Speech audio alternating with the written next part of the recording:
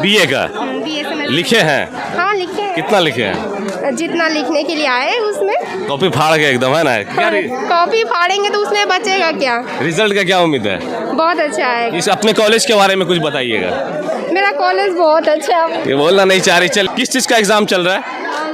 किस चीज़ का? Home science का। हो, कैसा लिख रहे हैं आप लोग? बहुत अच्छा लिख रहे हैं। पढ़ाई पे ध्यान है ना? और किसी चीज़ पे तो नहीं ना? आगे समझ थोड़ा बहुत किस चीज़ पे? मतलब कि दूसरे चीज पे। किस पे? बताइए। बिल्कुल, पीठ पीछे हमने भी ऐसा सुना है कि अगर इस कॉलेज को चमन बनाया है, इस कॉलेज को खूबसूरत बनाया है, तो इसका पूरा श्रेय आपको जाता है, तुषारकांत सर जी को जाता है। लेकिन कितनी मुश्किलें थी इसको आपको मतलब अपने अंदाज में ढालने के लिए। भारतीय संविधान के निर्माता डॉक्टर भीमराव अंबेडकर की आज पुण्यतिथि है और डॉक्टर भीमराव अंबेडकर ने एक चीज कही थी कि शिक्षा शेरनी का वो दूध है जो जितना पिएगा उतना दहाड़ेगा। डॉक्टर भीमराव अंबेडकर की पुण्यतिथि के अवसर पर मैं अभी मिल्लत कॉलेज परसा में मौजूद हूं और यहां पर आप देख सकते हैं काफ़ी सारे स्टूडेंट्स छात्र छात्राएं एग्ज़ाम देने के लिए आए हैं। तो मुझे लगा कि नहीं, इन लोगों से मिला जाए और आज इस डॉक्टर भीमराव अंबेडकर की पुण्यतिथि को और यादगार बनाया जाए। कुछ छात्र हैं यहाँ पर, आइएगा सर, जरा सा। डॉक्टर भीमराव अंबेडकर जी, नाम सुना होगा आपने? जी। कौन थे वो? हमारे गुरु थे और क्या थे? गुरु थे और संविधान लिख भारतीय संविधान के निर्माता थे। उन्हीं के बनाए गए संविधान का भारत में पालन होता है, उनके रूल रेगुलेशन चलते हैं। आज उनकी पुण्यतिथि है, उस पुण्यतिथि पर आप उन्हें कैसे याद करते हैं? अच्छे से याद करते हैं। उन्होंने एक बात कही थी, जो बात शायद आप लोगों के लिए या हमारे जितने भी छात्र हैं सबके लिए एक प्रेरणादायक बात है कि शिक्षा शेरनी का वो दूध है जो जितना पिएगा उतना दहाड़ेगा। किन्होंने कहा था ये? डॉक्टर भीमराव अम्बेडकर।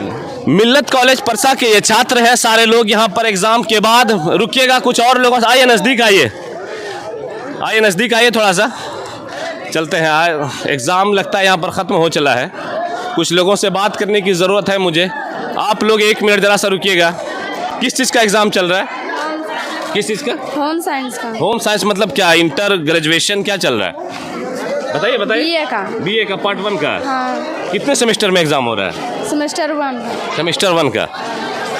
दिखाइए, कैमरा पर्सन थोड़ा दिखाइएगा इधर। किस चीज़ का एग्ज़ाम चल रहा है मैम? कैसा एग्ज़ाम चल रहा है यहाँ? बहुत अच्छा। किस चीज़ का एग्ज़ाम चल रहा है? जी, अभी हिस्ट्री का चल रहा है और जो बीए का BSML लिखे हैं? हाँ लिखे हैं। कितना लिखे हैं? जितना लिखने के लिए आए उसमें। कॉपी फाड़ के एकदम, है ना? क्या कॉपी फाड़ेंगे तो उसमें बचेगा क्या? रिजल्ट का क्या उम्मीद है? बहुत अच्छा है। इस अपने कॉलेज के बारे में कुछ बताइएगा।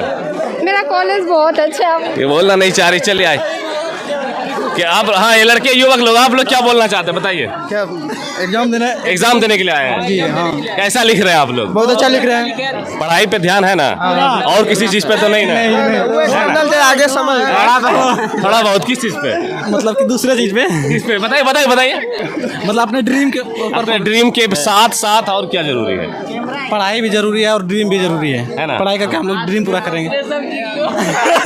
पढ़ाई के साथ स्पोर्ट्स भी चाहिए ना? स्पोर्ट्स भी चाहिए। आपके कॉलेज में प्रीफर किया जाता है आपको स्पोर्ट्स? प्रीफर तो किया जाता है, लेकिन वहाँ उतना ग्राउंड नहीं है जिसके अनुसार यहाँ सुविधा उपलब्ध किया जाए। आपके कॉलेज का कैंपस कहने का मतलब है छोटा है। देखिए, आप देख भी सकते हैं कि आपके कॉलेज का नाम?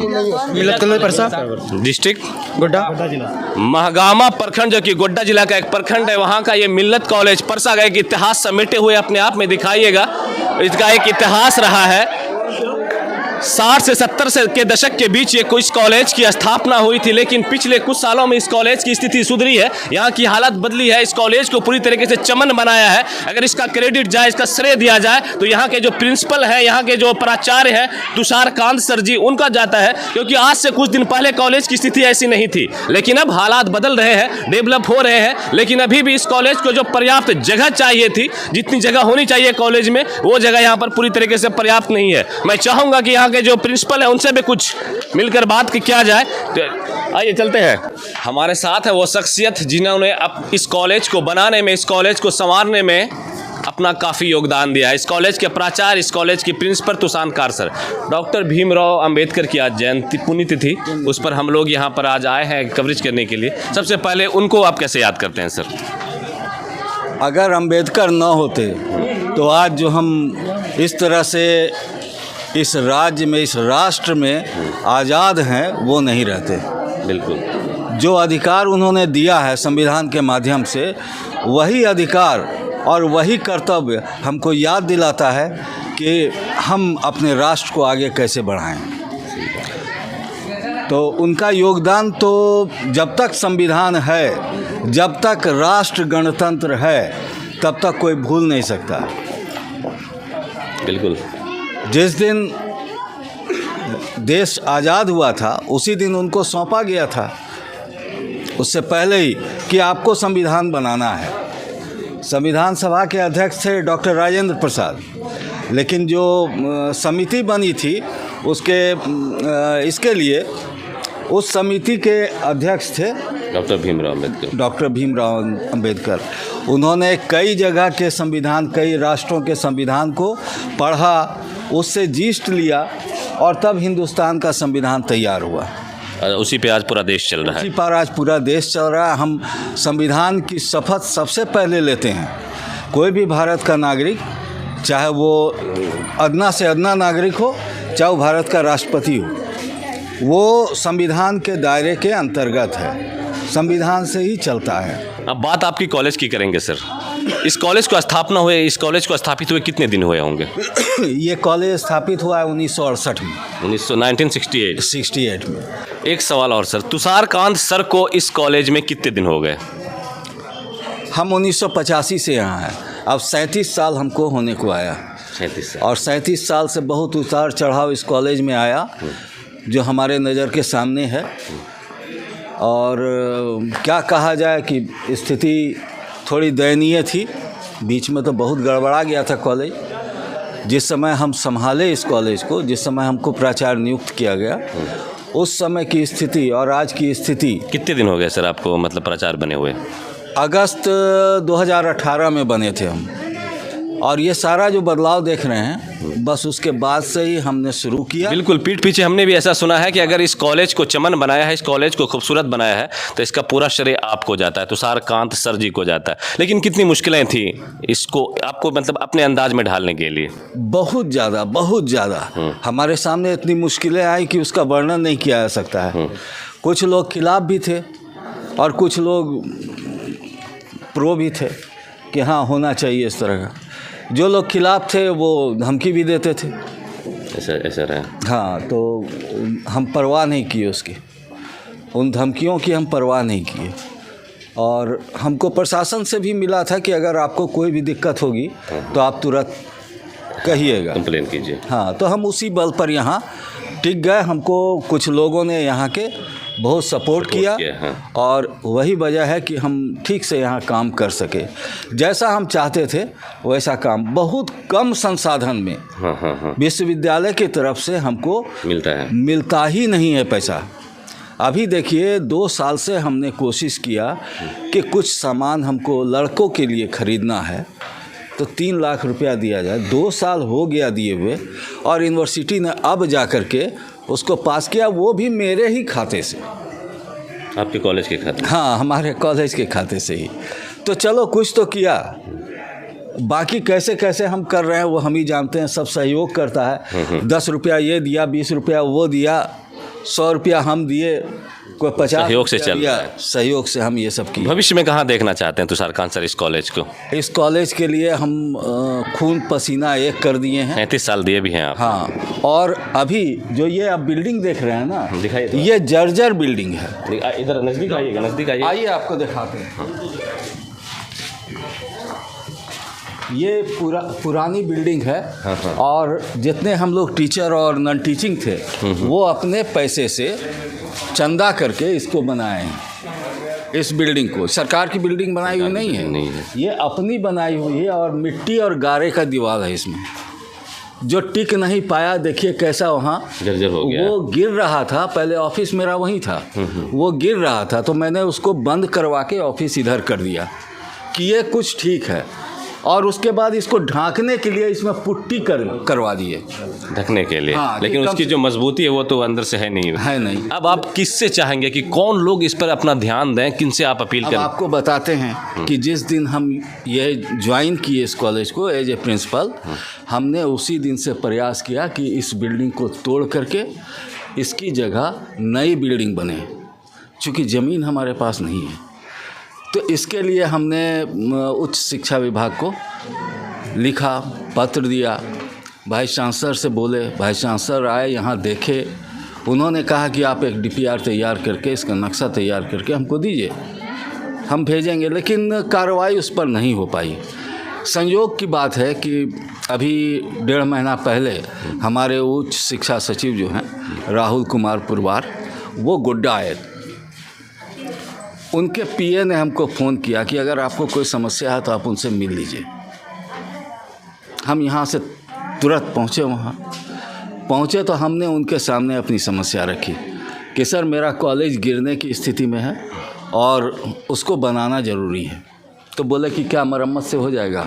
हम बोले मरम्मत से नहीं होगा, क्योंकि उसमें जान ही नहीं है, मिट्टी के गारा पर हो, तो इसलिए उसको तोड़ के उसकी जगह। तो बोले कि कोई ज़मीन है? हम बोले कॉलेज को ज़मीन नहीं है, यही एक ज़मीन है, तो इस बिल्डिंग को तोड़ के बनाया जाए। तो उन्होंने तुरंत, उनके साथ आए हुए थे आर्किटेक्ट को उन्होंने कहा कि आप जाइए और इनके कॉलेज जा कर के देखिए क्या स्थिति है। आर्किटेक्ट रांची से ही आए थे, उन्हीं के साथ उनको लेकर के आर्किटेक्ट को हम यहाँ आए। उन्होंने देखा सारा कुछ, जो अपना नक्शा यहाँ उकेरना था उन्होंने उकेर लिया। उसके बाद फिर हमको फ़ोन आया लगभग 1 महीने के बाद, अभी 15 दिन पहले, कि आपको बुलाया गया है, आप सचिव के कार्यालय में उपस्थित होइए। गए हम, तो गए तो वहाँ चीफ इंजीनियर भी बैठे हुए थे भवन निर्माण निगम के, और वो आर्किटेक्ट भी थे। हमारे कॉलेज का नक्शा भी बन गया था कि इसको तोड़ करके नया बनाया जाए, G+4, मैं ग्राउंड फ्लोर और उसके साथ 4 फ्लोर, तो यहाँ से लेकर के उस तक ज़मीन को वो किया गया। प्रोजेक्टर पर हमको दिखाया गया, सचिव के सामने ही। हमारे कुल सचिव भी वहाँ मौजूद थे, सिद्धू कानू यूनिवर्सिटी के, उनको भी दिखाया गया और कहा गया कि आप कॉलेज से एक विकास समिति की आप ये कीजिए बैठक, आप बैठक करके निर्णय जो है कि इसकी जगह नई बिल्डिंग हमको दी जाए, हमारे पास भेजिए और हम काम शुरू करवा देते हैं। दूसरा कि हमने कहा कि सर ये तो बन जाएगा, लेकिन ज़मीन हमारे पास नहीं है। हमारे सामने बहुत सारी ज़मीन है, सरकारी ज़मीन, अगर वो हमको मिल जाएगी तो लड़कों के खेलने के लिए ग्राउंड बन जाएगा, और आगे अगर भविष्य में साइंस हमको मिलता है, कॉमर्स मिलता है या B.Ed होता है, तो उसके लिए भवन निर्माण निगम हो जाएगा। तो उन्होंने कहा ये ज़रूरी है, आपके यहाँ साइंस भी देंगे हम, कॉमर्स भी देंगे और B.Ed भी देंगे, लेकिन उसके लिए अलग अलग भवन होना चाहिए। तो ज़मीन नहीं रहेगी तो भवन कैसे बनेगा? तो उन्होंने तुरंत DC यहाँ पर सामने में थे उनके बैठे हुए, DC को उन्होंने, गोड्डा DC को उन्होंने तुरंत इंस्ट्रक्शन दिया कि आप ज़मीन को देख लीजिए और ज़मीन कॉलेज को हस्तांतरित कर दीजिए। तो फिर DC साहब ने CO को फ़ोन किया, या जो भी प्रशासनिक कार्रवाई हुई, CO आकर के यहाँ जांचे, पूरी ज़मीन देखे, नाप जोख हुआ, 4.25 एकड़ ज़मीन निकली। तो अभी जो गए थे हम सचिव के सामने, तो सचिव ने पूछा कि कितनी ज़मीन है, तो हमने कह दिया कि 4.25 एकड़ नाप के हुआ है। तो उन्होंने कहा कि ठीक है, आप लगे रहिए, वो ज़मीन आपके कॉलेज को हस्तांतरित होगी और फिर हम वहाँ भी बनाएंगे। हाँ, उन्होंने एकदम निश्चिंत किया कि आप जाइए। उन्होंने मेरा पीठ भी ये किया कि हाँ ठीक है, आप लगे रहिए, कोई दिक्कत नहीं है। तो हम लगे हुए हैं, कॉलेज जितना ऊपर जा सकेगा हम रिटायरमेंट के पहले तक इसको ले जाने की कोशिश करेंगे। ये थे हमारे साथ इस डिग्री कॉलेज, मिल्लत कॉलेज के प्रिंसिपल तुषारकांत सर। इन्होंने इस कॉलेज को बात करने के लिए आपका बहुत धन्यवाद सर, बहुत शुक्रिया आपको, आपका कीमती वक्त हमने लिया।